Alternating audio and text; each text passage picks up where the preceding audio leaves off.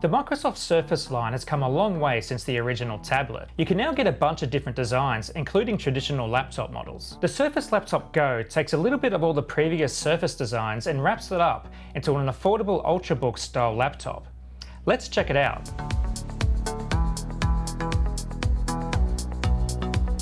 The Surface Laptop is on the smaller side, meaning there's a little bit of a learning curve when it comes to typing on the compact keyboard, but I found it pretty responsive and got used to it quickly. To keep it compact, the power button sits on the top function key right next to the delete button. During testing, I sometimes accidentally hit the power button when I meant to hit the delete key, which got a little bit annoying. The power key also doubles as a fingerprint sensor, which works really well.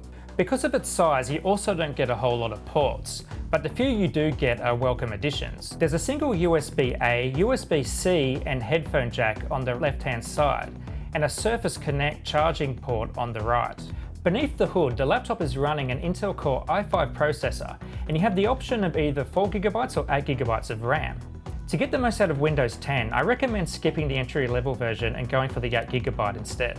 I tested the highest spec version and was generally pleased with the overall performance for a laptop in this price range.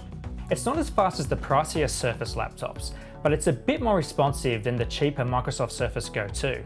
It's worth noting that the Microsoft Surface Laptop Go ships with Windows 10 S as the default operating system. This means you can only use apps that are found in the Windows Store. While this does offer an extra level of security against malware, it also limits what you can actually do with this laptop. Switching out of S mode isn't too hard, but it's a one-time non-reversible jump, so have a good think before you decide to make the switch. Battery-wise, Microsoft claims up to 13 hours of typical usage. In my own tests, I didn't really see that.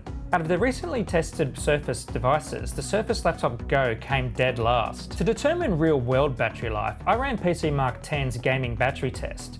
That's a tougher test, and the Surface Laptop Go isn't a gaming machine, but it gives a good indication of potential worst-case battery life. I also ran it through our standard laptop battery test, looping a 1080p video file at full brightness and moderate volume until the battery fully died. Here's how the Surface Laptop Go compared. It's not a terrible battery life figure, but when you consider that the cheaper Surface Go ran for nearly 6 hours longer, it's also not the best result we've seen. As with every other Surface device, the primary charging method is via Microsoft's own magnetic Surface Connect port. The advantage of this is that if someone accidentally kicks the cable as they're walking past, it doesn't knock the whole laptop off your table. For a change of pace, the Surface Laptop Go also lets you charge via USB-C. However, you'll need to find a charger that's compatible, as not all chargers will recognise the device. So, should you buy the Microsoft Surface Laptop Go? The keyboard is good, the processor can handle most apps you want to throw at it, and it looks great for the asking price too.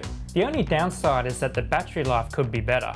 If you're after the Microsoft Surface style and reliability in a more affordable package, this little laptop is definitely worth a look.